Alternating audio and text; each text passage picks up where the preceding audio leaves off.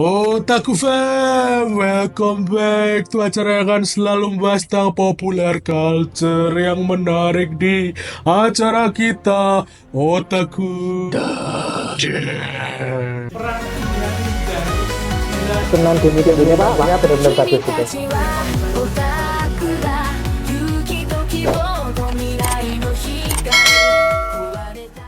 Nah, Otaku fam, lo kok masih kayak gini? Kembali dulu ke settingan awal ya. Iya. Apa saya tadi itu Kenapa dari tadi kayak nuansanya apa? kok? Nuansanya kok kayak gak niat atau enggak, sebenarnya itu kita hari ini mau membahas hal-hal yang berhubungan tentang horor ya. Iya. Ada fenomena apa di balik anime-anime yang genrenya horor itu? Wah, itu Iya. adalah bahasan kita hari ini. Fenomena apa yang menarik di balik anime horor. Nah, kalian pasti udah pernah paling enggak nonton sekali lah anime horor ya kan? Iya. Anime horor itu memang kalau kita pikir nggak banyak cuy. Nggak banyak. Tapi entah kenapa kalau kita ada nonton anime horor, animenya pasti bagus. Iya. Iya, dikit banget anime horor yang jelek itu. Kadang ada info anime ini segala macam mau rilis, temanya kok horor. Kadang orang udah excited duluan. Wah ini. Temanya horor. Oh. Ya, karena tiap season belum tentu keluar. Belum tentu keluar satu, itu belum tentu keluar. Tapi kalau tiap keluar, entah kenapa dia niat. Iya. Bagus. Dan rata-rata bagus. Rata-rata bagus ya. Iya. Nah, terus itu kok bisa kayak gitu sih? Nah, ini kita akan bahas nih seperti biasa nih dalam 3 poin ya. Poin yang pertama adalah visual dan gaya penceritaan. Iya. Visual anime horor dan gaya penceritaan anime horor ini, apakah semuanya sama? Setahuku sih beda-beda aja.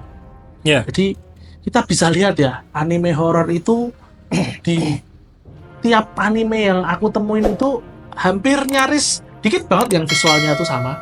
Contohnya kita bisa lihat visual anime sekarang itu yang paling baru ada dandan. Itu apakah sebagai anime horor visualnya itu mencekam seperti itu? Ya ada sih adegan mencekamnya. Tapi kan dia lebih kayak ke shonen ya, meskipun genrenya ada horornya di situ. Terus kalau kita balik ke belakang dikit, kemarin ada Mieruko. Iya. Ya, Mieruko malah visualnya kayak slice of life. Ternyata gaya penceritaannya juga. Kalau dan tadi itu lebih ke shonen tadi itu, ternyata lebih seru, tapi horornya ada, ya. Jadi Fox kayak Urban Legend-nya ada di situ, dipadukan sama alien. Iya. Terus di Mieruko ternyata dia malah kayak itu slice of life, keseharian cinta-cintaan kayak gitu. Iya. Tapi dia menyelipkan horor yang subtle di situ dan ternyata ya menakutkan juga. Cukup menakutkan. Terus Nube, wah itu udah jauh banget ya, tapi ya mana? Nube itu horor tapi ya action ya toh, tapi waktu dapat dia menceritakan tentang kehororannya juga dapat ya kan? Suster yang di itu kan sebelum ada nenek turbo di dan di Nube dia juga punya ada nenek jet. Jetoba. Nah itu sama, tapi kalau Jetoba kan dia itu ya masih di Urban Legend-nya masih belum di utak-utik kayak dandanannya ya, belum ditambahin lah.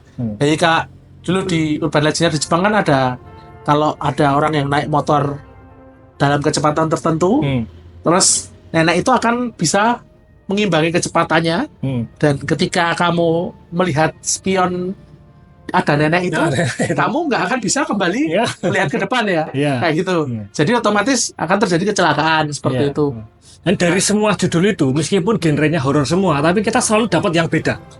Nggak pernah kita dapat itu aja. Betul. Meskipun kita nonton Dadadan, kita nonton Mieruko, kita nonton Nube apa segala macam, stylenya tuh tipenya beda-beda. Jadi style yang dimaksud bahkan visualnya loh, ya. Contohnya ya tadi itu Dandadan itu jelas sudah beda banget karena dia kayak funky itu stylenya. Terus Mieruko yang slice of life, ada lagi di area situ ada itu di tengah Mieruko ada itu namanya Yamishibai. Itu malah kayak folklore gitu ceritanya. Jadi bapak-bapak yang maghrib itu datang ceritain pakai cerita pakai kertas itu loh. Dan itu kan ya sebenarnya kan itu sempat tersebar kan juga tuh sampai sini juga loh, Jo. Kan orang-orang yang bilang kalau maghrib jangan keluar itu loh. Iya. Nah, itu kan juga dia kan masuk ke itu. Jadi penikmat genre horor tuh nggak akan bosan. Iya. Karena variasinya tuh luar biasa sekali. Selain visualnya tadi beda, karena tadi yang Yamishiba itu kan PowerPoint tadi tuh, tapi tetap bagus, tetap menakutkan. Nah, itu. Wah, terus kayak penceritaan tadi itu juga beda karena ya tadi itu ada yang pakai apa namanya? Digabungin apa? Dengan macam-macam dengan apa ya yang sekarang tuh baru ngetren kayak gitu. Nah, kayak gitu. Iya. Nah, itu. Nah, ngomong visual sih bener sih. Kalau kita menengok jauh lagi ke belakang, Gegege no Kitaro. Gegege no Kitaro. Hantunya tuh wah, variasi hantunya tuh kayak terkhusus hantu-hantu Jepang ya. Yokai ya. Itu bentuknya kan kayak imajinasinya tuh macam-macam. Kita kalau kita ngomong hantu lokal segala macam ya wujudnya ya pocong lah itu apa? Iya. Apa perempuan rambutnya gondrong putih segala macam ya patoknya kayak gitu. Tapi kalau kita ngomong hantu Jepang terkhususnya Jepang secara visual. Banyak banget ya. Apa ada hantu bentuknya tembok, ada yang kertas, ada kertas, payung, manusia tikus lah apa segala tikus. Macam-macam. Itu just mantap sekali. Nah, itu. Terus itu Jo, poin kedua itu ada di itu. Tadi kan sempat kita bahas dikit. Ini kita bahas di poin kedua adalah penggabungan genre Jo. Oke. Jadi kalian pernah nonton film horor? Pasti filmnya beda-beda kan. Jadi itu bukan cuma gara-gara gaya penceritaan tadi, tapi memang genrenya beda. Jadi ada genre horror action, terus ada genre horror murni, ada genre horror psikologikal, horror komedi juga ada. Horror komedi, ya betul. Jadi yang semi menggabungkan beberapa genre itu juga ada. Variasinya tuh banyak sekali. Makanya di situ kenapa kamu bisa bilang tadi kok nggak bosen? Karena ya itu, karena kamu sebenarnya itu menonton genre yang berbeda, Jo. Iya. Dan itu juga apa ya jadinya kreatif sekali dalam penyampaiannya. Tapi dia juga tetap masih membawa tradisi-tradisi yang folklore ya, ada mitologi karena Turbo Baba itu kan emang ya dia urban legend baru, tapi maksudnya dia bukan brand tradisional bukan, tapi kan memang itu kan kalau urban legend kan di Jepang banyak banget kan, dan yang terkenal dia pasti akan itu akan naik trennya. Dan itu saya lihat kenapa kok emang bener kok Dan tuh layak mendapat hype-nya yang sekarang tuh. Dia cara mempresentasikannya tuh udah bagus. Udah oke. Plus folklore atau urban legend hantu-hantu yang ada di Jepang tuh emang seru-seru. Emangnya seru-seru. Mungkin yang salah satu yang seru juga. Saya dadan belum nonton semuanya sih, tapi di situ pernah dibahas nggak sih si Kuchisake Onna? Pernah dibahas belum ya? Belum. Nanti ada sih. Ada. Kuchisake Onna itu juga urban legend-nya tuh ceritanya tuh originnya segala macam tuh bagus. Ya itu ya. Bagus dibahas di horor. Dulu sempat jadi kayak menghebohkan lah Jepang lah.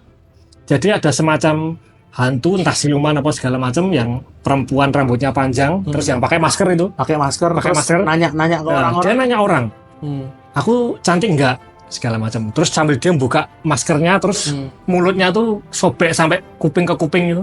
Kalau nggak salah ya dijawab cantik salah enggak juga salah ya. Kalau kamu jawabnya jadi serunya di sini ya, bener serunya di sini. Kalau kamu jawab cantik, kamu bakal diikutin sampai rumah kamu dibunuh. Kalau kamu jawab jelek, detik itu juga kamu disabet, jebret. Dan ternyata ada cara untuk selamat tuh ada. Selamat ya. Itu. Aku juga pernah tahu itu. Jadi kamu kalau kamu didatengin Kuchisake Onna, kalau kamu mau selamat, kamu jawab pertanyaannya pakai jawaban yang ambigu. Aku cantik enggak? Ya lumayan. Nanti dia bingung. Menurut cerita tuh dia bingung. Terus saat dia bingung, kamu harus kabur. Dan katanya kaburnya kalau bisa ke itu lantai yang lebih tinggi. Jangan di ground yang sama. Entah kamu ke mungkin basement ke underground atau kamu naik tangga segala macam biar kamu bisa selamat. Biar selamat. Jadi itu ada masalah, ada solusi kan. Hantu Jepang itu seru banget. Entah kenapa solusi kalau istilahnya jore ya. Jore itu apa ya mengusir roh, mengusir roh. Nah, dan Jore itu macam-macam kayak tadi itu. Jadi apa solusi dari permasalahan horor itu tadi kalau di Jepang itu beda-beda. Kamu kalau misalnya cuma pakai cara yang sama, ya nggak mempan kayak gitu.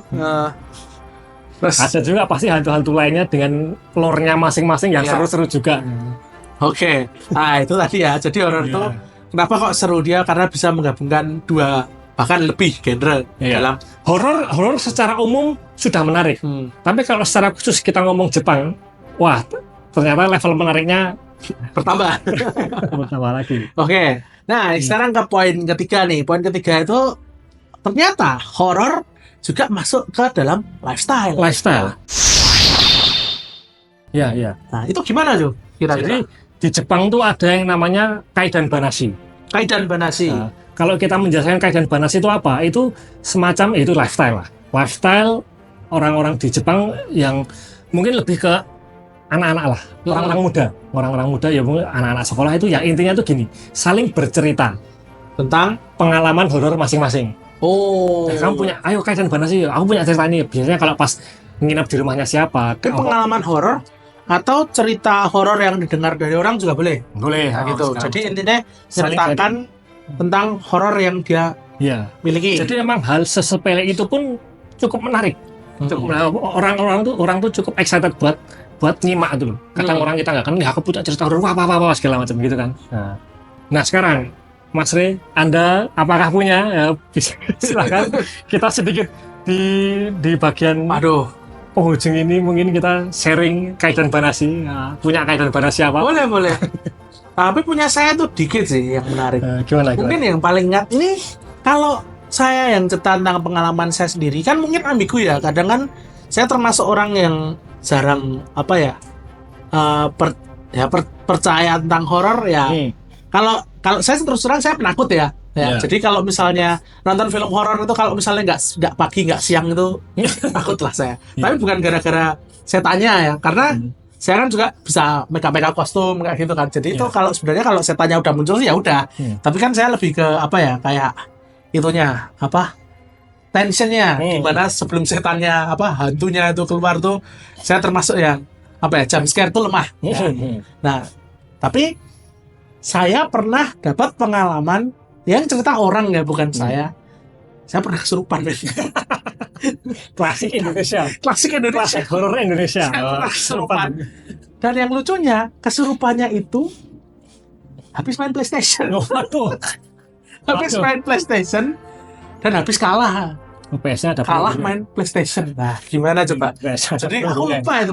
Pokoknya battle entah Tekken atau apa itu, pokoknya kalah main PlayStation, maghrib kesurupan.